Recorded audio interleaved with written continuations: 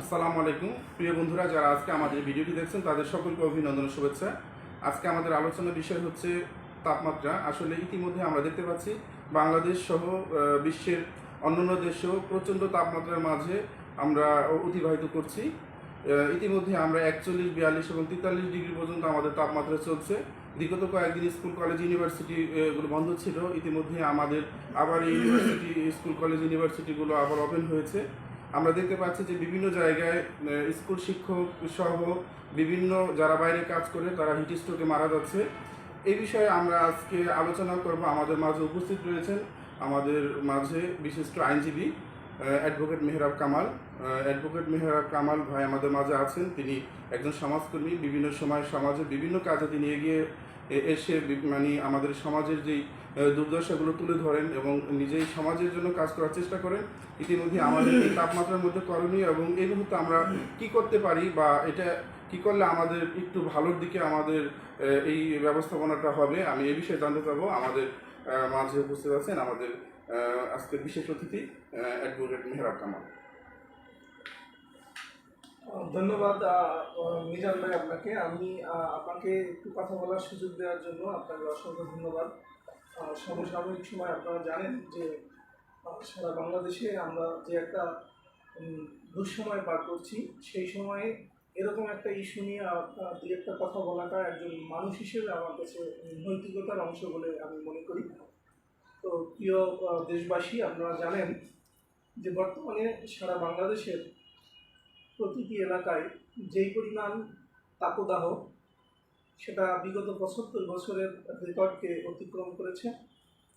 আপনারা জানেন যে আজকেরও গোপালগঞ্জের টুঙ্গিপাড়ায় একজন প্রাথমিক বিদ্যালয়ের প্রধান শিক্ষিকা এবং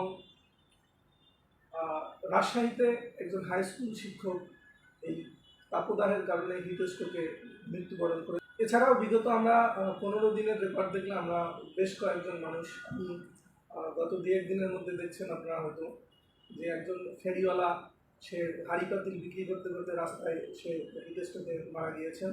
এছাড়াও বাংলাদেশের অসংখ্য মানুষ বিগত এই কয়েকদিনে হিটস্ট্রোকে মারা গিয়েছেন। আসলে মূলত এটা আমাদের অসচেতনতা থেকেই কিন্তু আজকের এই এই দুর্বিষহ পরিস্থিতিটার সৃষ্টি হয়েছে। আপনারা জানেন যে আমাদের মোট যেই আয়তন রয়েছে, যে আমাদের যেই সম্পত্তি রয়েছে, তার 25% বনভূমি থাকার কথা, কিন্তু আজকের পর্যন্ত আমাদের বনভূমির পরিমাণ হচ্ছে 15.58।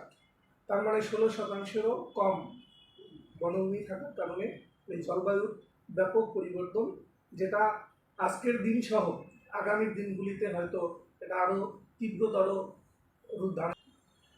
আপনাদের অবগতির জন্য আরেকটা জিনিস বলে রাখতে চাই যে আমাদের যেই সমস্ত শিক্ষা প্রতিষ্ঠানগুলি আছে, বিশেষ করে প্রাইমারি স্টেজ, তারপর হচ্ছে হাই স্কুল, কলেজ, মাদ্রাসা, এই সমস্ত শিক্ষা প্রতিষ্ঠানে যারা নীতি নির্ধারক রয়েছেন তারা বেশ কয়েকদিন যাবৎ স্কুল প্রতিষ্ঠানগুলিকে বন্ধ রেখেছেন।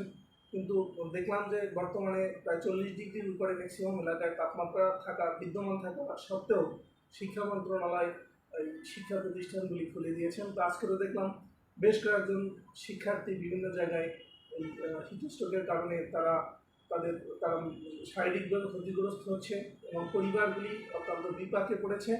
তো এটা আমি মনে করি একজন সাধারণ মানুষ হিসেবে আসলে এই মুহূর্তে এ ধরনের একটা সিদ্ধান্ত নেওয়াটা শিক্ষা মন্ত্রণালয়ের বোধহয় এটা একটা ভুল বলবো না, বাট একটা অসচেতনতার অংশ বলে আমি মনে করি।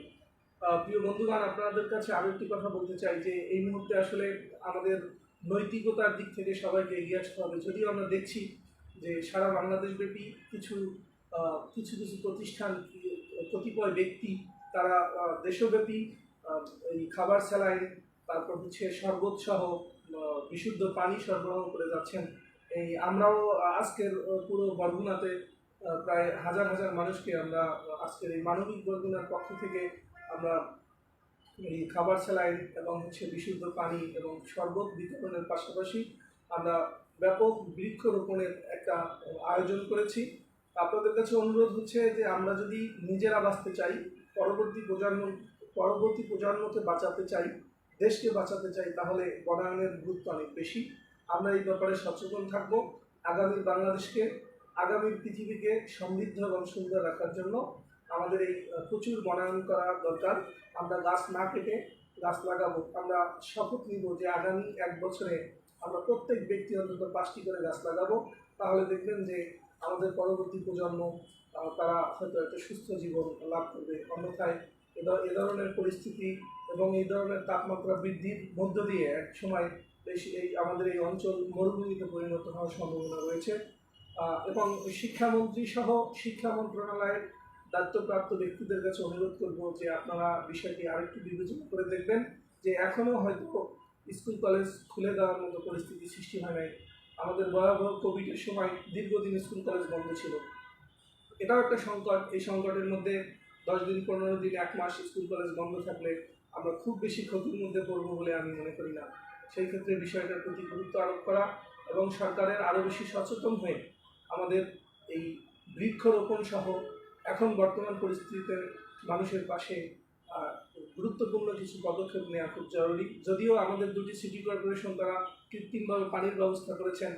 ঢাকা উত্তর সিটি কর্পোরেশন একজন হিট অফিসার নিয়োগ করেছেন, যিনি বিভিন্ন পরামর্শ দিয়ে সহায়তা করেন। আমরা অনেকেই টোল করি ব্যাপারটা নিয়ে। আসলে এটা পরিবেশের জন্য হয়তো প্রয়োজন ওনারা মনে করছেন, তাই আমি বিষয়টা কোনো সমালোচনার দৃষ্টিতে দেখছি না। বাট আমার মনে হচ্ছে যে যেহেতু একজন দায়িত্ববান মানুষকে হিট অফিসার হিসেবে নিয়োগ করা হয়েছে, ওনার দায়িত্ববান মানুষ হিসেবে তার দায়িত্ব পালন করাটা আসলে জরুরি। তো সর্বোপরি কথা হচ্ছে আগামী সুন্দর বাংলাদেশের জন্য, আগামী সুন্দর পৃথিবীর জন্য আমরা বনায়ন সৃষ্টি করব। সবাই প্রতিদিন গাছ লাগাবো। গাছ লাগানোর প্রতি আমাদের যে আন্তরিকতা, আমরা কেউ গাছ কাটবো না। তাহলে এক সময় দেখবো যে আমাদের এই সুন্দর এই সারা বাংলাদেশ, সারা পৃথিবীটা একটা সুন্দর বসুন্ধরায় সৃষ্টি হবে। সবাইকে ধন্যবাদ। আসসালামু আলাইকুম।